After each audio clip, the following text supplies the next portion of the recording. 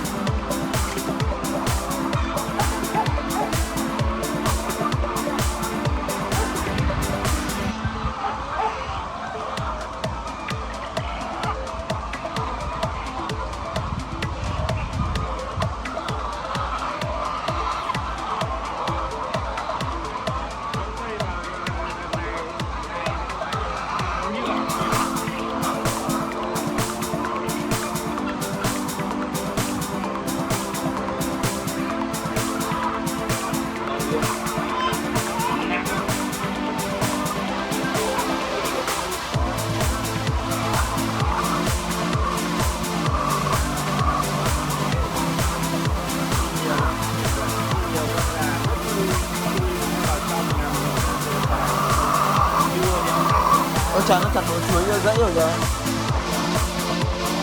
Đấy. Không chịu chuối gì cả. Buồn chuối thì nặng mà không chịu ra chống nó.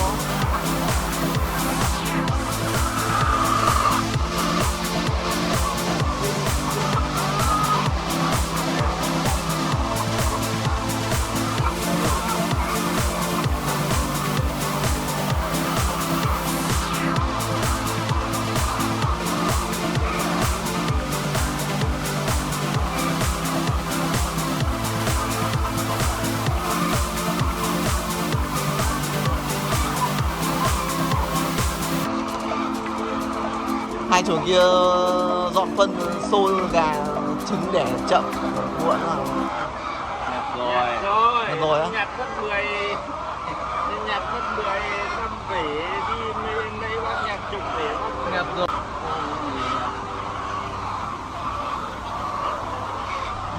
Đây là ngoài đi.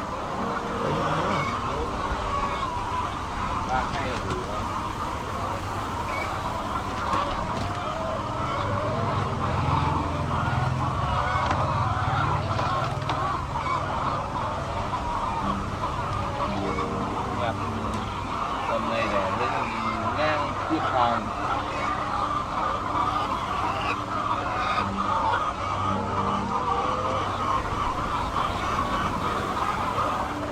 Tầm này để được chụp hay như thế là ngang biên phòng.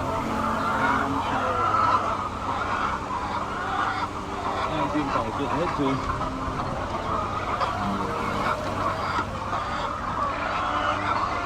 Những điều phết này nhớ sáng nhiều.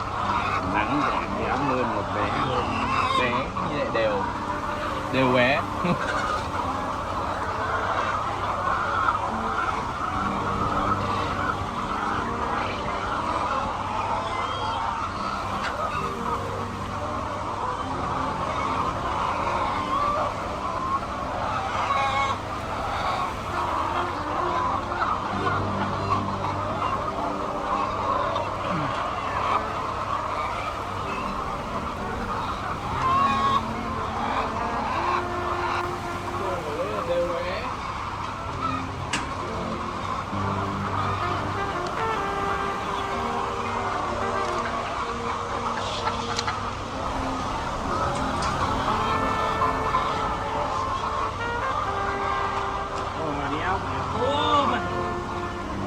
Mất mẹ 2.500 rồi. Chưa việc gì.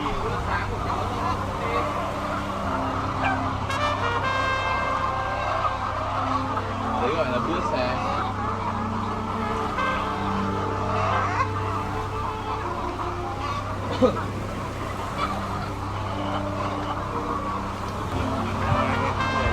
Nắng còn hay là chết.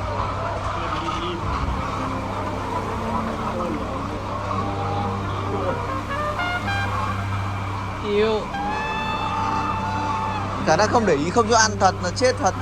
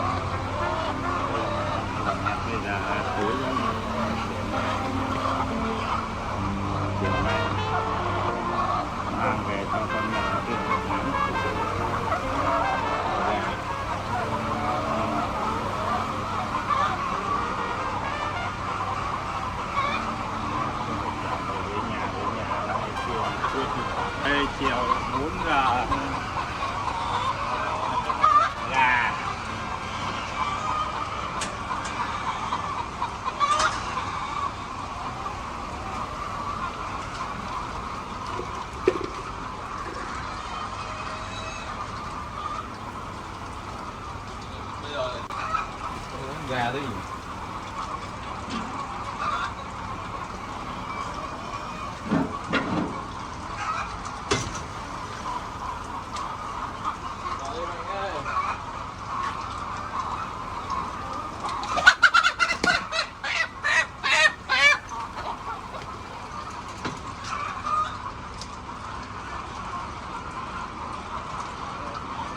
Ăn cái này dẻo luôn mà ngon lắm.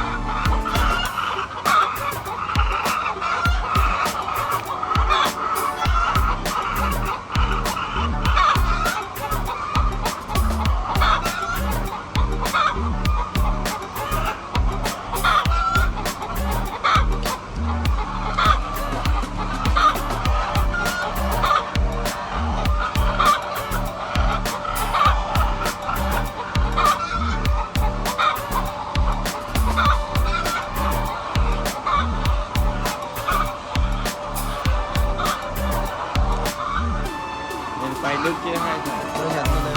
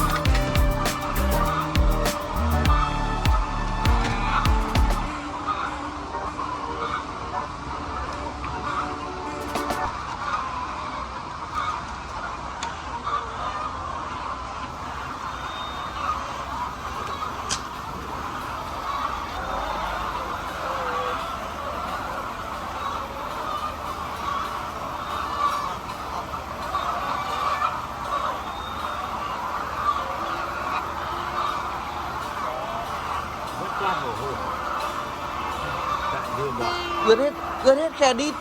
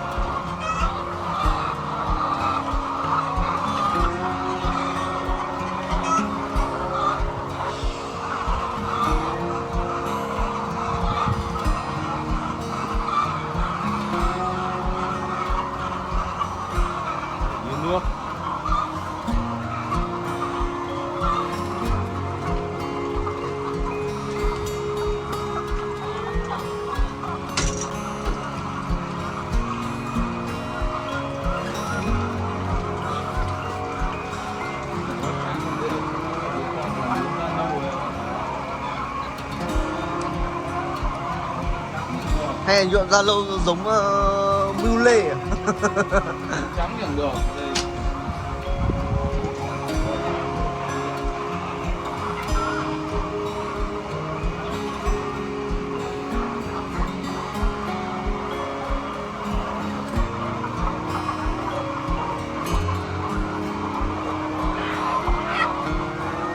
Mèo. Không rửa cơn.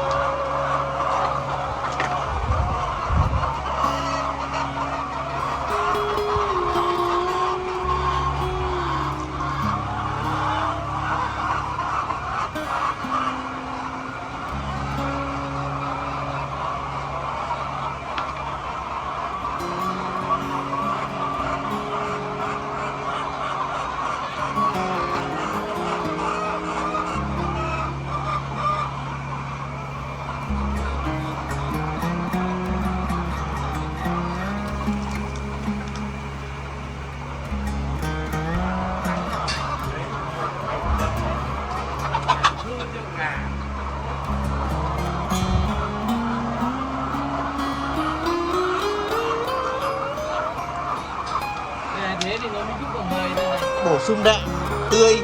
Đấy là bổ sung đạm tươi.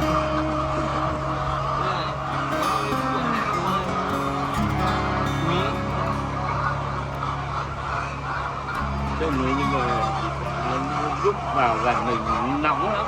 Nóng mà. Rất nóng.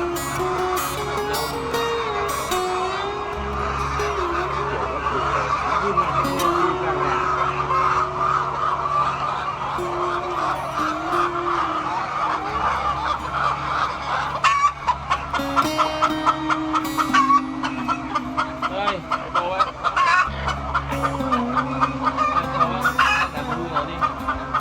Chảy nước rồi, mỗi người cho quả. Thì đang vui đó. Cô nào ít chấu nè. Chấu đầy rồi. Gần đâu được thế. Làm gì đến 2 giây rưỡi. Con nó mổ phát là hết nửa quả.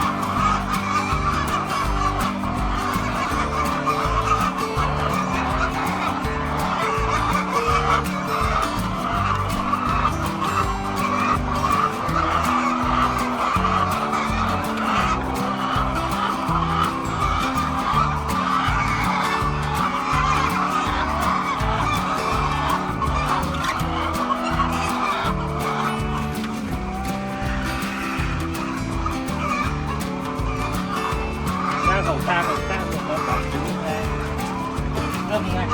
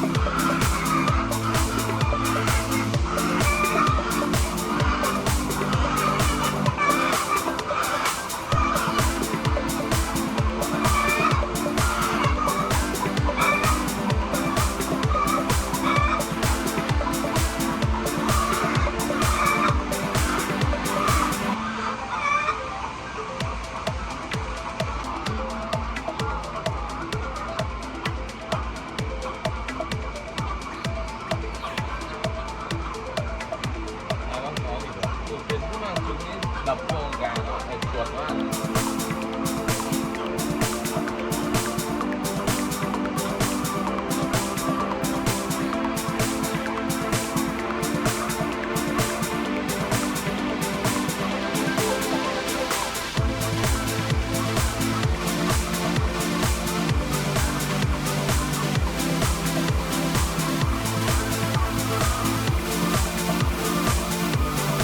Quần áo thật. Mẹ sạc thì đéo mua, mẹ về thì sạc em cầm mẹ đi cơ.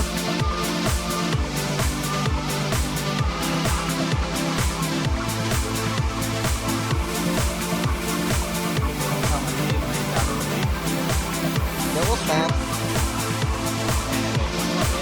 Trong cái dây là nó vào trận kéo vào. Lúc được lúc không.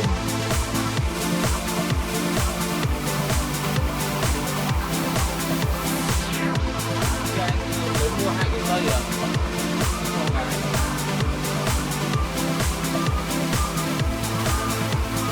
Vừa mua là chưa bóc. Rồi.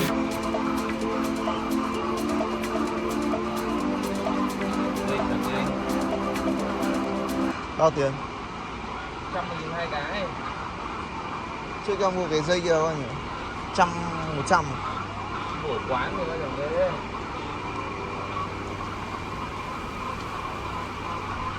Thằng nhanh nó đắt ở cái củ ấy mà. Chủ yếu là hiệu năng ở cái củ.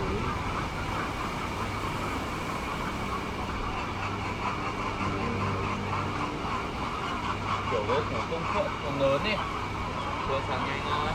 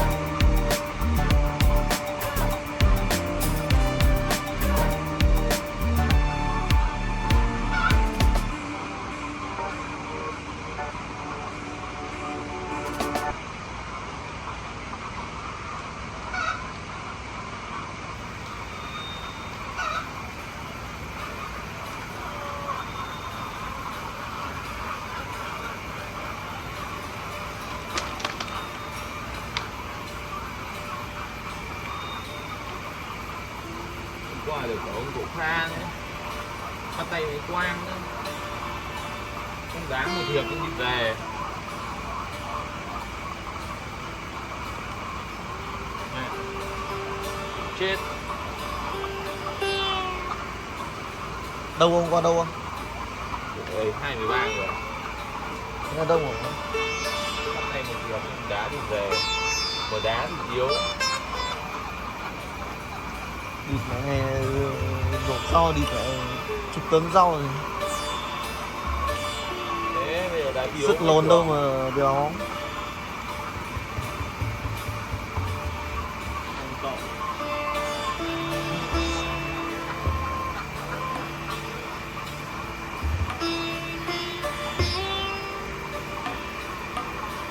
Tâm be nữa, bắt tay với anh Cường, bên kia Quan ông chạy nhiều, Đi để chạy khỏe. bắt Quan nó phải chạy khỏe đó. Mưa lớn thì chế phẩm rồi.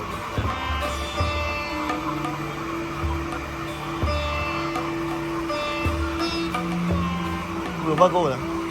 Đá cậu lại đánh.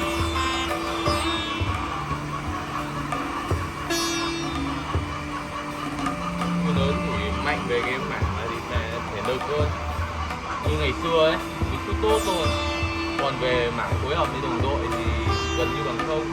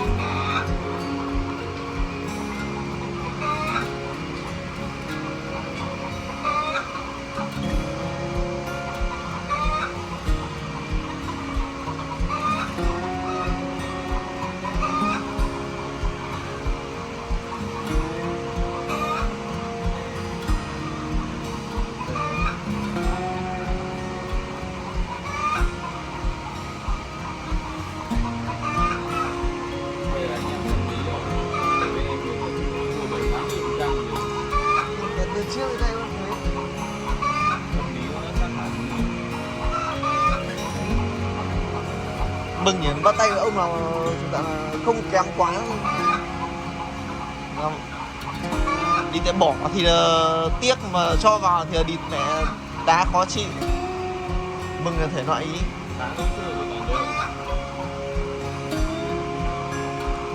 Như ở Antoli ở MU. Bỏ thì tiếc.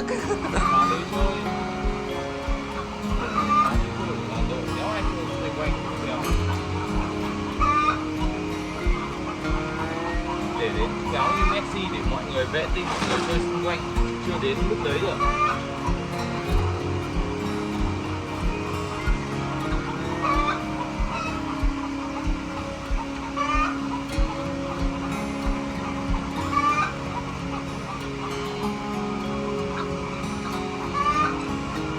Biết chơi theo kiểu Messi. Mừng thể loại bỏ thì tiếc mà đi để cho vào thì đi để mang mới chơi. Đá chỉ đời Đá khó chịu. kiểu mất hết lối chơi của đội ấy, mọi người chơi xoay quanh ấy.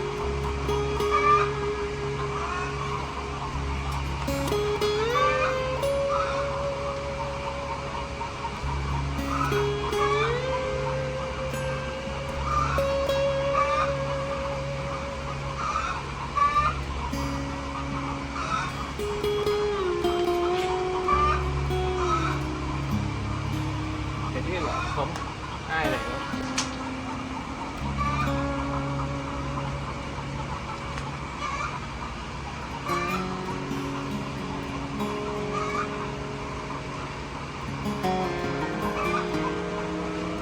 Đá giải mẹ dê nó chặt cho 3 phát.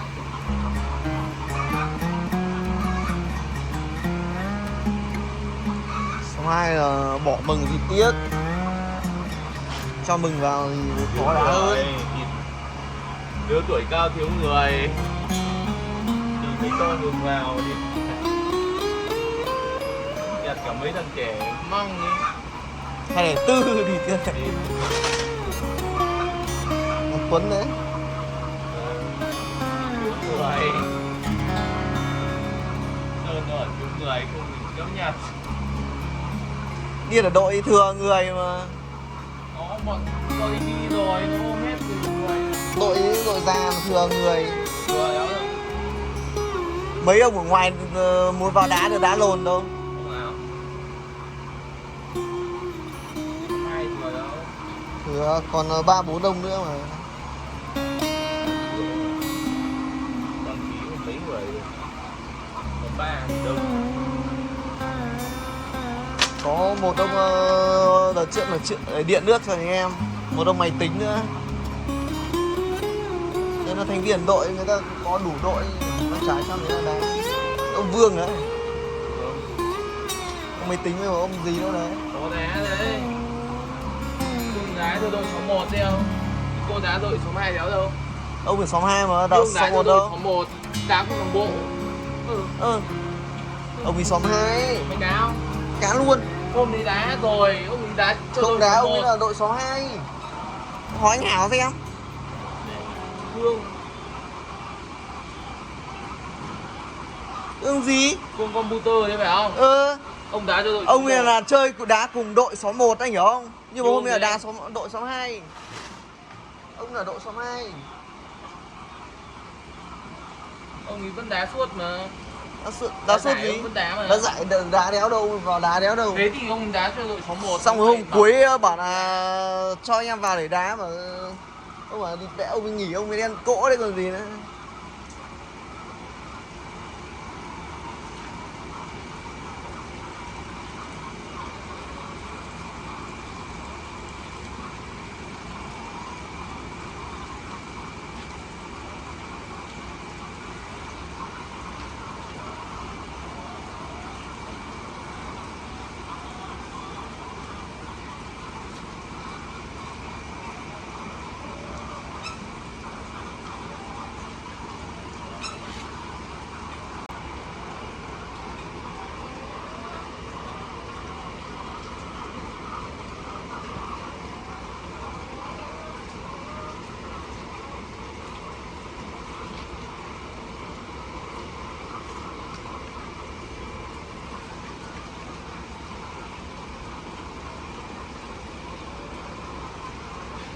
Nếu mà đi vệ để gọi người chuẩn đội xóm 2 là đội yếu nhất.